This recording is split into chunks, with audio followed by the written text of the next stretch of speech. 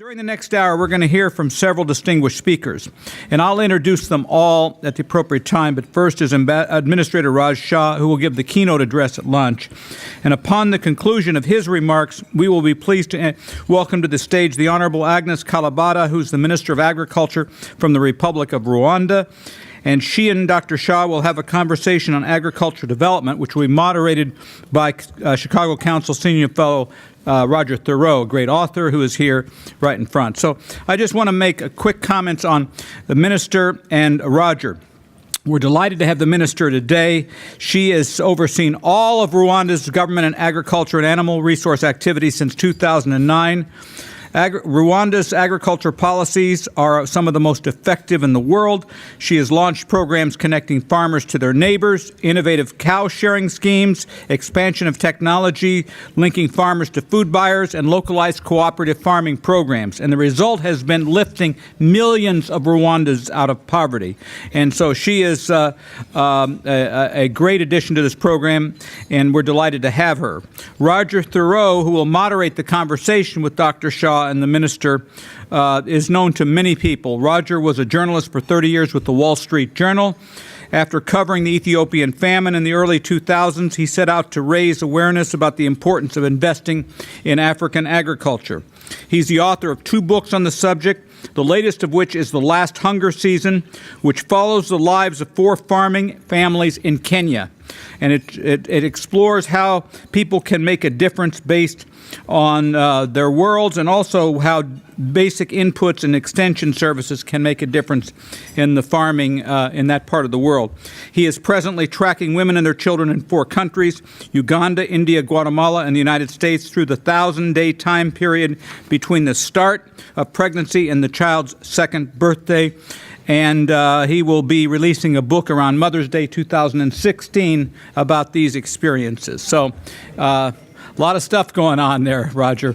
So let me just say a couple words about Raj Shah. I have his bio here, but I'm going to do it a little more human way. I mean, first of all, he's an amazing transformational head of AID. I without demeaning any of his predecessors, he has changed the face of that agency and made it a great part of our lives, and helped the public and the Congress understand the importance of the issues that certainly Ambassador Rice talked about today.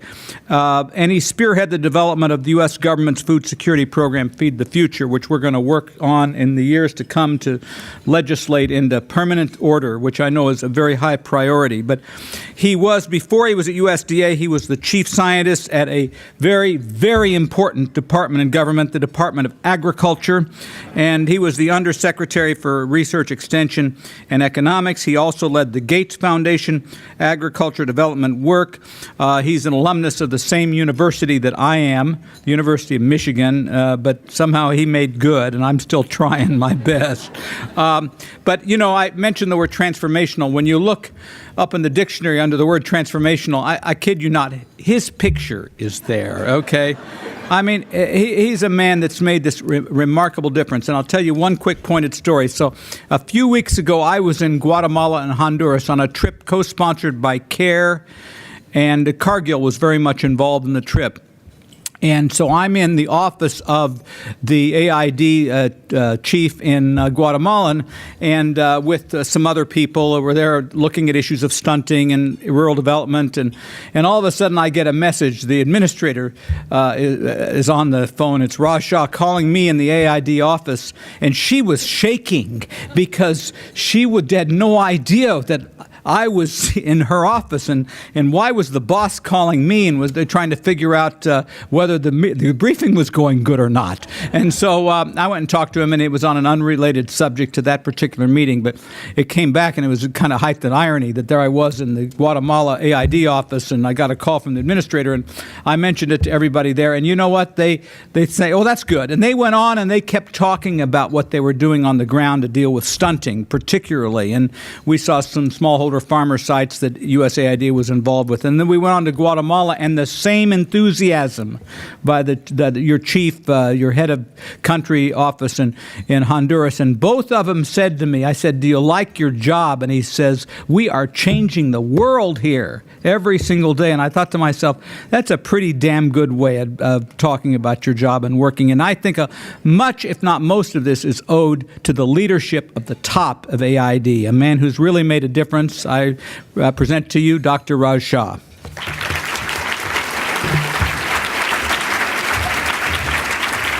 Thank you, Dan. That's too much. Good afternoon. Thank you, Dan. I almost want to say thank you and sit down now because it'll be a little hard to top that. I have had such extraordinary respect for Secretary Dan Glickman, not just for his tremendous public leadership roles that everyone knows about, but for the real commitment and hard work that he takes on when the cameras are not shining and there's no red carpet to make sure that really America is proud of the work we all do to fight hunger, and that a greater slice of Americans take honor and purpose in this work, and in particular members of Congress. And I think your efforts, together with Catherine Bertini and your whole team at the Chicago Council, have made a huge difference over these years.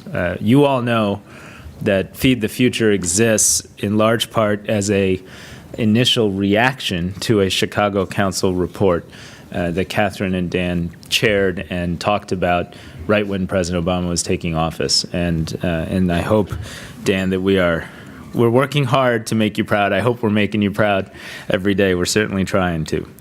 I want to also just say thank you. There are so many friends and colleagues in this room whom we work with and have deep respect for. Thank you for supporting the Chicago Council. Thank you for continuing to bring your excellence and your expertise to this long-term mission, but one in which we are succeeding and will succeed to end hunger and extreme poverty in the next 2 decades.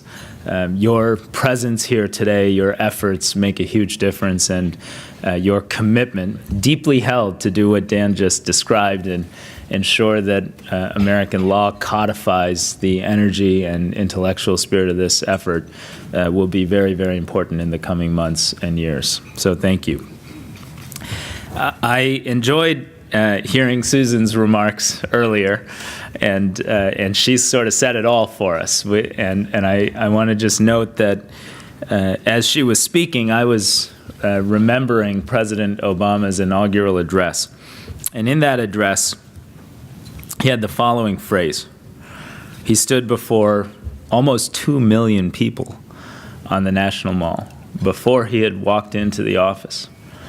And he said, "To the people of poor nations, we pledge to work alongside you to make your farms flourish and let clean waters flow, to nourish starved bodies and feed hungry minds."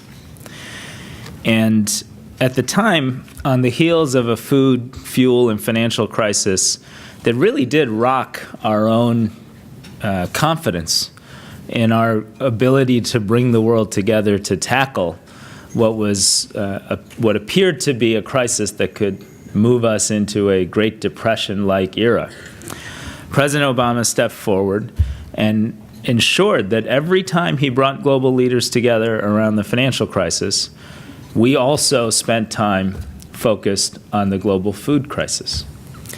And I hope that the spirit of that early enthusiasm, coupled now with the experience we've developed over the last several years of implementing Feed the Future, some of the challenges we've faced, but also the progress we've made in getting important reforms through the Congress of our food aid and assistance programs, are starting to create a new and stronger American ethic around our collective responsibility to genuinely lead on the issue of ending hunger and creating food security. We all know, and you've heard earlier today, that by 2050 the world will need to feed 9 to 10 billion people. We'll need to do it by driving productivity improvements, in particular in places where productivity has been relatively low, and by bringing online much of the commercial potential of food production in places like sub-Saharan Africa, South and Central Asia, where there's still great gains to be made. I know the report that the Chicago Council issued is tremendously important because it puts into stark relief the reality that storm after storm, drought after drought, these consequences of climate change are hitting the same vulnerable communities again and again, and that the baseline of our effort is not a downward sloping curve where hunger will just go away gradually on its own. The baseline of our effort is fighting some tough trends of population growth, hotter and drier growing conditions that will actually put downward pressure on our ability to end hunger, and we need to be even more committed to this goal to overcome that. Back in November, when Typhoon Haiyan slammed into the Philippines with the strength of one of the most powerful storms to ever hit land, it was the 5th time since 2009 that we were called upon to respond in that setting in the Philippines alone. Susan noted this, but it is an extraordinarily sad reality that we spend tens of billions of dollars on international humanitarian assistance in the same places year after year after year, and for too long have treated that and literally called it emergency response. An emergency is something you don't know is coming, and you respond because it surprises you. These are not surprising. The New York Times recently ran a front-page story describing how rising sea levels will threaten to put underwater 1/5 of Bangladesh's landmass. It's not surprising where that is. Scientists have mapped out exactly what we're talking about. There are 18 million people that live on and depend on that particular plot of land. So the greatest consequences of climate change, we know, will not be felt in the high rises of the Upper East Side in Manhattan, where air conditioning will probably just improve, but will be felt in the dirt-poor slums and the vulnerable rural and coastal communities for whom we're gathered here today. And we know that in those communities, when shocks hit, it is women and children that suffer the most. And that's why when President Obama launched Feed the Future, he made this not just a commitment of our financial resources or a one-time effort to invest in agricultural development for a couple of years or even a couple of presidential terms, but a global, long-term effort to genuinely end hunger. If we don't set the bar that high, and if we don't adopt the time frame of decades, we can't adapt to the things we need to adapt to, including the pressures of a changing climate. And so instead of treating climate change and food insecurity like separate problems that need separate solutions, we need to and we will continue to come together and invest in climate-smart agriculture to make a genuine difference in the most vulnerable parts of our world. Instead of trying to work everywhere at once, we will choose partners selectively as we have with Feed the Future and encourage them to lead with their own plans and their own commitments that we can then get behind. And instead of merely providing emergency aid time and time again to avert the consequences of disaster, we will invest more in preparing, planning, building resilience, and putting in place the architecture of research and scientific partnership so that we can tackle these challenges over the long term.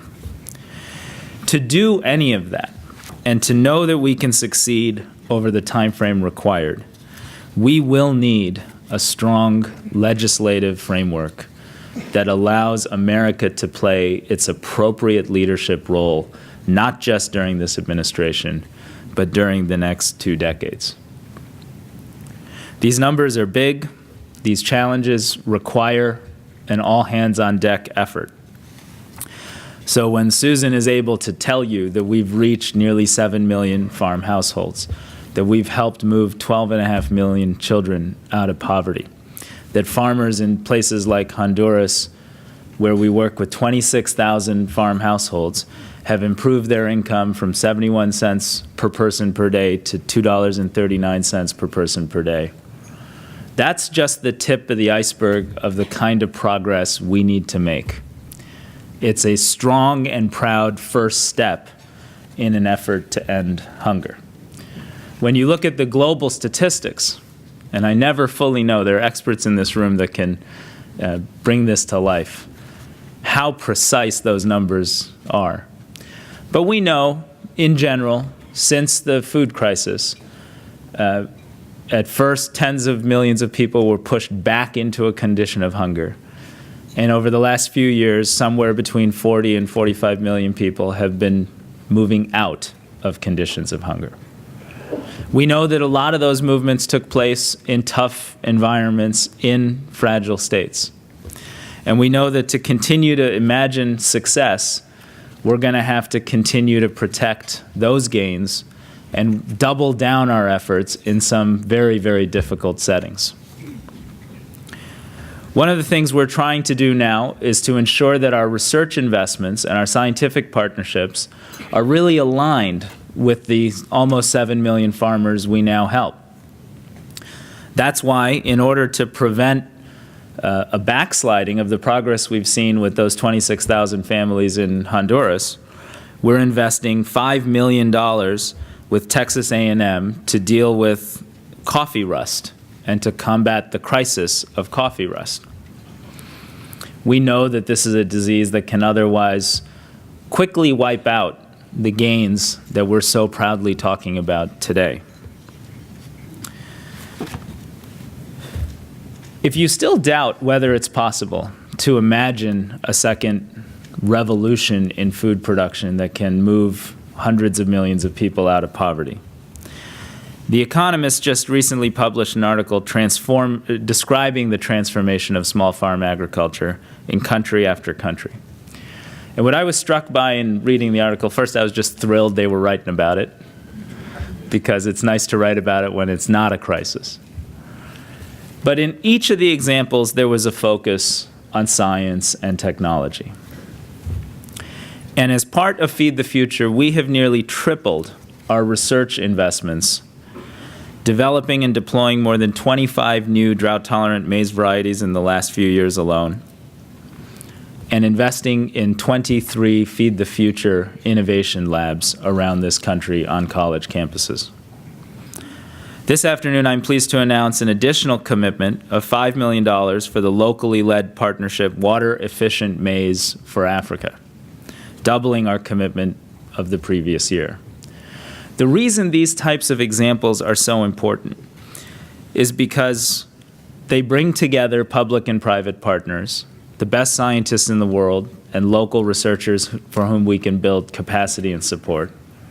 They deliver improved varieties. In this case, varieties are being planted in Kenya, Uganda, and Tanzania and are expected to increase yields by 20%, even in very low rainfall conditions, reaching and helping 5 million African farmers in just the next 4 years.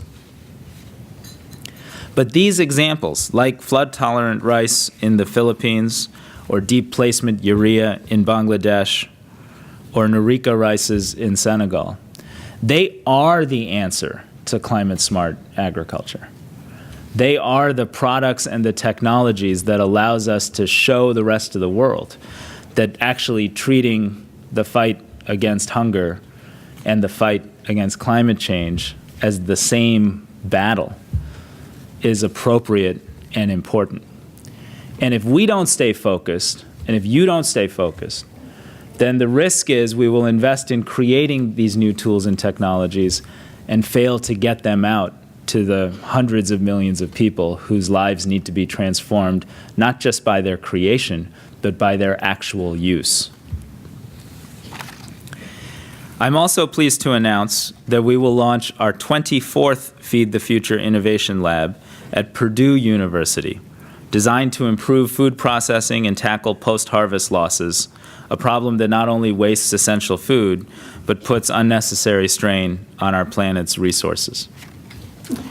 I hope over time we continue to expand the approach of getting young scientists, young agricultural leaders, students more involved in this work, because that's what it takes to continue to build the enthusiasm. So I just want to close with a final comment about something Susan made reference to, and that was the focus that the president, when he started this effort, insisted on a focus on women and a focus on small-scale agriculture. I think one of her comments that was particularly important made reference to the private sector. We know that the private sector is going to be the engine of investment and transformation in agrarian economy after agrarian economy. We know that. That's not a debatable proposition. What is debatable is whether or not those private investments will reach all the way to the small-scale producer and will preferentially empower women and young girls. So one of the things I'd like to ask this group to do is to make sure that even as we advocate for a very strong, very central role of commercial agriculture in this work, and of great businesses in the United States and all around the world to be more engaged and supported to do this, that we continue to use tools that our teams and yours have developed, like the Women's Empowerment Index. We continue to look at the data that tells us that despite our best efforts, the benefits of many of these programs preferentially help men instead of women. And we do something about that fundamental disparity and inequality. So if we do, if we stay focused, if we heed Dan's call from his generous introduction, there's no question in my mind we will succeed at achieving this goal. But please remember, this is a many-year, multi-decade effort that requires your political leadership, your corporate commitment, your NGO partnership and insight, your university science commitment, and the continued success of the Chicago Council to keep us all coming together, recognizing our progress, setting new aspirations, and taking this to the next level. Thank you.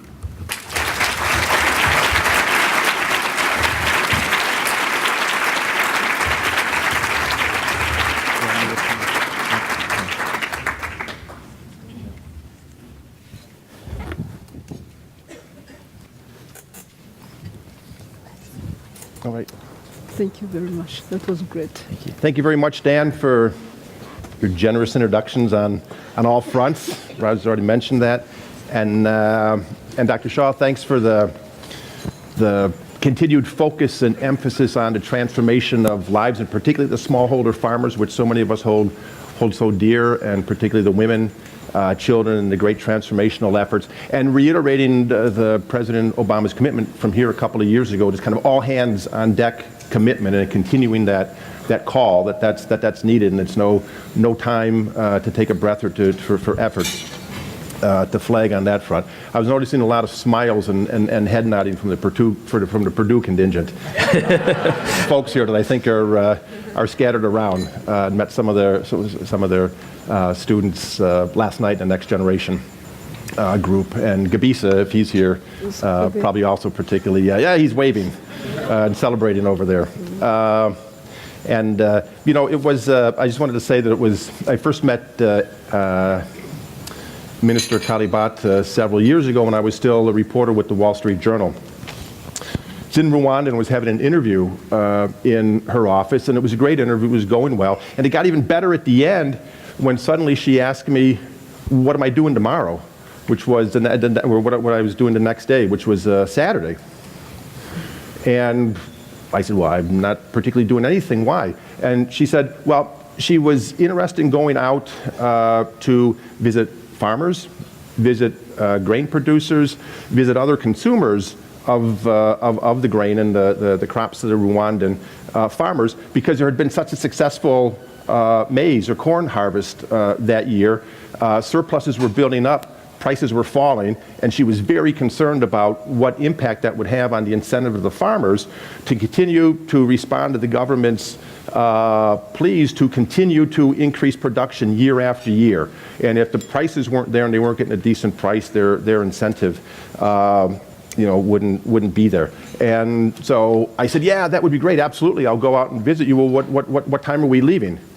And she said, well, I said that with great enthusiasm, and she said, well, kind of like the crack of dawn. And so my enthusiasm was waning a little bit, but then it soared again when I saw her great enthusiasm to go out and kind of immediately get on top of this issue, and realizing then her sincerity and her advocacy for her farmers, and particularly the smallholder farmers, that they were getting a decent price for their harvest and their efforts, and to make sure that the markets were able to reward them for that. So it's really wonderful that she's here with us today, because she really stands shoulder to shoulder with the farmers of Rwanda and the farmers of Africa on the climate change front. Oh, and I also want to say something about that first meeting, that she also immediately said, you can call me Agnes. And so I'm assuming that command still holds. So Agnes, please tell us about the impact of climate change in Rwanda, and what your ministry is doing to mitigate that or in response, and also importantly, what your farmers and the farmers of Rwanda are reacting. Thank you so much, and good afternoon.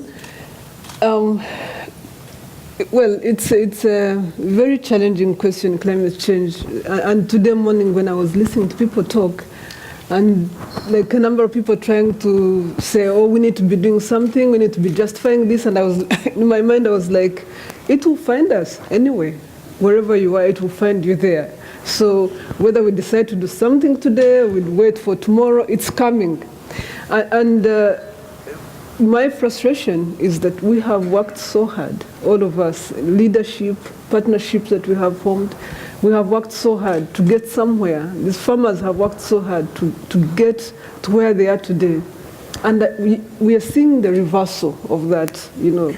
Farmers are investing year after year in fertilizers, something that took us a number of years to get them to do, in improved seed, something that took us a whole lot of time to get them to do. Now, actually in crop insurance as well. But you're seeing all that, six seasons now down the road without a good season, and farmers are beginning to say, are you sure what you're telling us is actually what we should be doing? So it's happening. We are losing, people are talking about 2% reduction every year, but actually for us, every year we are seeing like a 50% reduction. Every time a season fails, you lose half the crop, or even more than half of the crop. But even more importantly, it has a multiplier effect. It has, every other season there are fewer and fewer farmers that are willing to commit to that. So the impact is real, and I just think that I appreciate what. Actually, yesterday I told someone that I've been invited to the Chicago Council every year, but this year I was like, I have to go. I have to go. Well, it's not that I didn't appreciate what was happening the other years, but this year I felt like I need to add my voice to all the other voices out there, that we need to be doing the right thing. We need to be doing something about climate change, and we appreciate the efforts of everybody here that's doing something, and the investments that the government of the US is doing to support all of us and all the other partners. We really need to be doing something to ensure that all our efforts don't go to waste. We've worked 6 years. I've been working 6 years at this, and I think we are getting a lot of mileage. Rwanda is food secure. These smallholder farmers of 0.7 hectares per farmer are actually making themselves food secure. They are beginning to supply private sector with food, so that private sector can transform, but can transform the whole environment in Rwanda. But how long will I keep this going if we don't do something about climate change? And you face a particularly unique situation in Rwanda, that so much of the farming is on hills.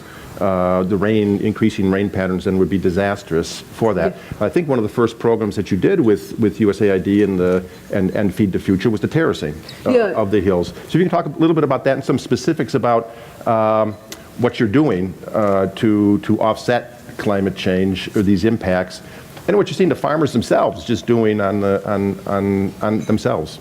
Yeah, I'd really like to talk about the program that you talked about, the terracing program, and I want to take it back to the partnerships that I talked about. A while ago, you mentioned it, Raj, regarding the global agricultural food facility that was put in place. Rwanda was one of the first recipients of financing from this facility, and we put this money towards the terracing, mostly we call it to create more land in the absence of anything, a better word, because Rwanda is a very small country, and every piece of hillside that you terrace and get more land, for farmers, yes, it's actually more physically more land. And we are doing that, but more importantly, we are reducing erosion by 70 to 90%. This program is reducing erosion by 70 to 90%. It's creating land, rehabilitating lost land by 20%. It's creating land from marginal land by 27%. And it is improving people's lives. Food security is improving for these farmers. Food production is increasing by three times for people who are producing beans, by 10 times for people who are doing potatoes. Thanks to Pamela from SIP, we do have a lot of mileage coming from SIP. So there's a lot that we are already doing, and this is happening because of the effort that was put in putting that fund together. And we really, really appreciate that fund was put together, and farmers are seeing the benefits of that. And to be honest, I really am a big advocate of this fund, and I'll keep pushing. Even if we don't get any more, I hope I get more money into this. But even if I don't, I want to see more farmers, more people out there, more countries benefiting from facilities like this, because it's actually making farmers own their own lives. Like, for the first time, they're in charge of their own destiny. And to be honest, when you're out there working with them in the field, there's nothing more fulfilling than seeing a farmer coming from a place where he's not knowing where to get the next food from, where he doesn't know how he doesn't know even how to get soap, salt, bare basics. Then a few seasons later, he's paying school fees for his child. It's like night and day for these farmers. So someone in the morning, I think Michael in the first session talked about, is aid working? Is there aid that's working? This GAFSIP money is making a difference in farmers' lives. And I wanted all of you people who are contributing to this to know that it's actually making a difference. So what was the question again? That was the answer we were seeking. So, question answered. But I also wanted to, so it's not only, and what one sees is that it's kind of a whole army of farmers themselves that they're not, as you said, kind of, the aid is important and welcome, but they're taking it upon themselves that, okay, they see the impact of this, so they're out there on the hillsides themselves, and they're doing the terracing. They're stamping the soil down, and the planting and stuff, and so that the farmers themselves are really, as you said, kind of taking ownership of their responsibility to combat climate change themselves.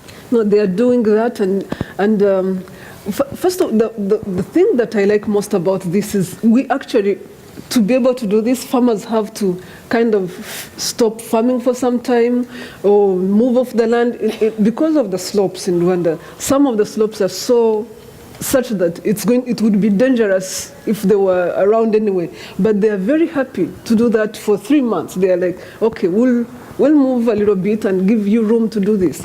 So they are very happy, and we have a whole program, environmental program, to ensure that what we are doing here is sustainable. And they take up these trees, they label them with their kids' names, they do whatever. They have owned it. They have owned it. And when we now tell them that, look, this is important so that you don't have landslides in the future, because again, these hills can easily erode and we lose them. So we are doing it so that you don't have landslides. We are doing it so that our valleys are not slitting anymore, because we have a lot of silt going on from these slopes. They understand what we are talking about. They have their own stories to tell about this, but also more importantly, the production that is going on is good enough to keep them interested in these programs. So farmers are very, very sensitive about what's going on. We've started, in terms of response to your question regarding what are we doing about it, we've gone backwards and started encouraging farmers, you need to be planting on time, because the question about volatility is, it's not that rains have stopped, but they're so volatile, so unpredictable that we really don't know what to do anymore. So we encourage farmers to plant earlier than they had been planting, to use composite so that they can increase water holding capacity, to do all sorts of things that can help hold whatever rains that gets to the ground a little bit longer. Terracing is also one of those things that is helping farmers maintain water on the terraces and have it run off. So there are a number of things that we are doing, but it's not going to be good enough if we don't get scientists on board in terms of getting things like better drought-tolerant varieties. But you mentioned disease issue. Diseases for a country like pest and diseases for a country like Rwanda is something that we didn't know about in the past. We are high altitude, but now it's a major problem. It's a very serious problem, and you can see it, you can feel it, and farmers are seeing it mostly because of it's warming. So these are some of the things that are happening, but we are trying to find a way of dealing with them and moving on. And continuing on with them, yeah. Yeah. Dr. Shah, I see you nodding your head and smiling. The impact of this, and you often talk about scaling up these efforts, and I think particularly then the scaling up is when it looks at the climate change challenges. I'm thinking that the terracing project, the things they're doing, and it's a nationwide effort, that's kind of an epitome or an example of the scaling up that you're talking about. Well, it is, and I'm smiling when I hear Agnes describe this, because there's been a debate for too long about, what is climate-smart agriculture, and, how do we make trade-offs between investments and efforts to address hunger and efforts to address protection against climate change. And I think Agnes's example basically make the case that these are one and the same.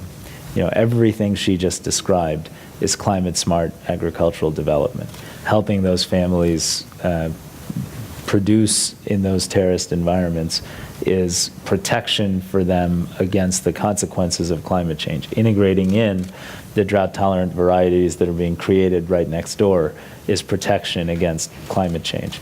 Coming up with an extension system that provides them with support to deal with pest and disease burden is protection against climate change. And so, probably a lot of the experts here know that already, and it's not a big insight. In Washington, it is sort of a big insight because, we are not as smart as the rest of you. But it is also, it's if we don't see these things as one and the same, we will not succeed at the fight to end hunger and poverty, and we won't build a broad enough tent of political support to get this done. And so that's why I'm smiling when I hear her talk. And the Open Data for Agriculture initiative, that's also something that really plays into this as well, right? Or how would one see that, say? Well, it's open data for scientists to have access to the tools to develop great new technologies and products that can address these challenges.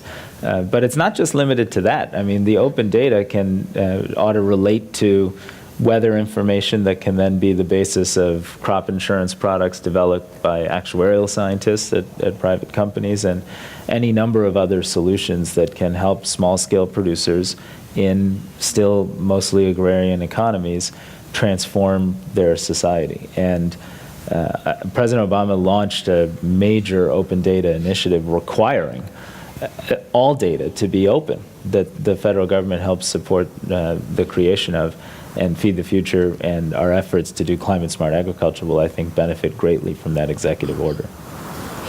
I also wanted to ask you, January saying that we need to keep to schedule, which we've done remarkably well, so a great testament to all the Chicago Council organizers, runs with military precision, which is good. Also released today from USAID, the nutrition report, and Agnes, we talked about that a lot ourselves at past conferences where we've met. Kind of the goal of all of this, of combating climate change, increasing agriculture production, agriculture development, is aimed at reducing the malnutrition and the stunting. And Rwanda has battled with that in the past, is making some strides.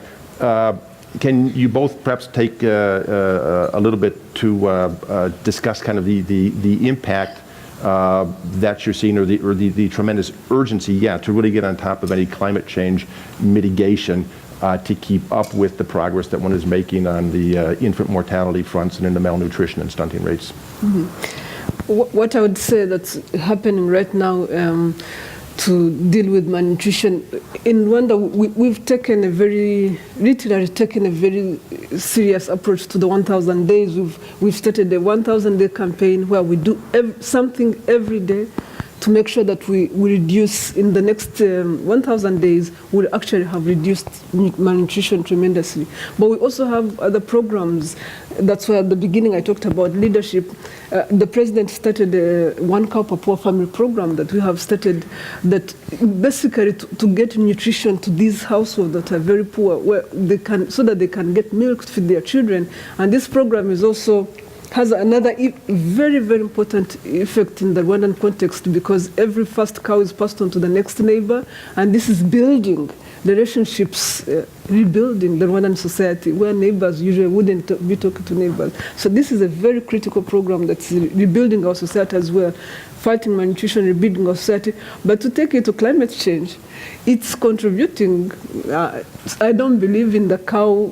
Someone in the morning actually was talking about how the cow is contributing to reducing climate change, and I do believe that. It's contributing manure, carbon in the soil. For me, that's critical. That's very, very important. So I know there's a whole lot of other science there, and we'll find ways of dealing with that. But right now, for third world farmers, for those farmers that are trying to do something with the soil, that manure that's coming from the cow is like fertilizer from a factory. That's how we look at it, and it's changing how farmers are producing their crop, and that's very critical in dealing with nutrition too. Yeah, what I'd add on nutrition is, and why I thought it was so exciting that Susan Rice announced that we will commit ourselves to a 20% reduction in stunting in the Feed the Future zones of influence, is it allows us to have a strategy that allows us to basically map and identify the communities in which we're committed to reaching 2 million children and ensuring they don't suffer from stunting.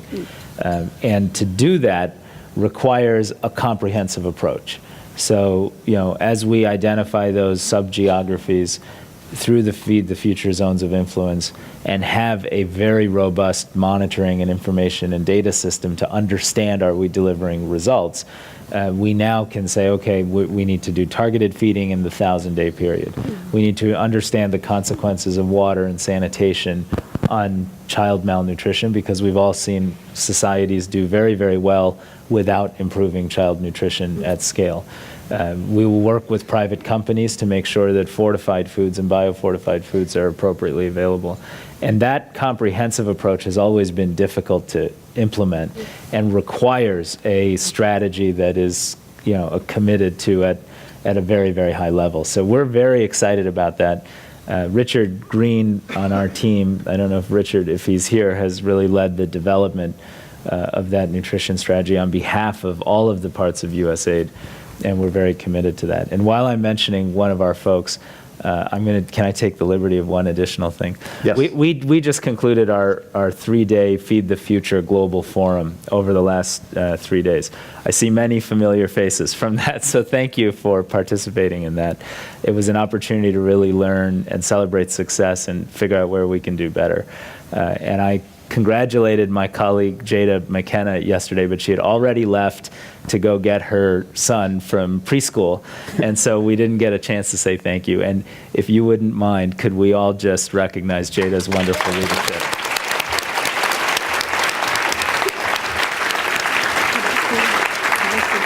Thank you. Dan is back at the podium, so just we'll leave to it. thank Roger and Agnes and Raj for this great presentation. We are going back across the hall. We start immediately. The panel is ready. Let me just tell you have two fascinating panels. The first one is on risk management, insurance, and the second one's on water. And then we will also hear from Secretary Vilsack. A very exciting afternoon. So let's move as quickly as possible across the way.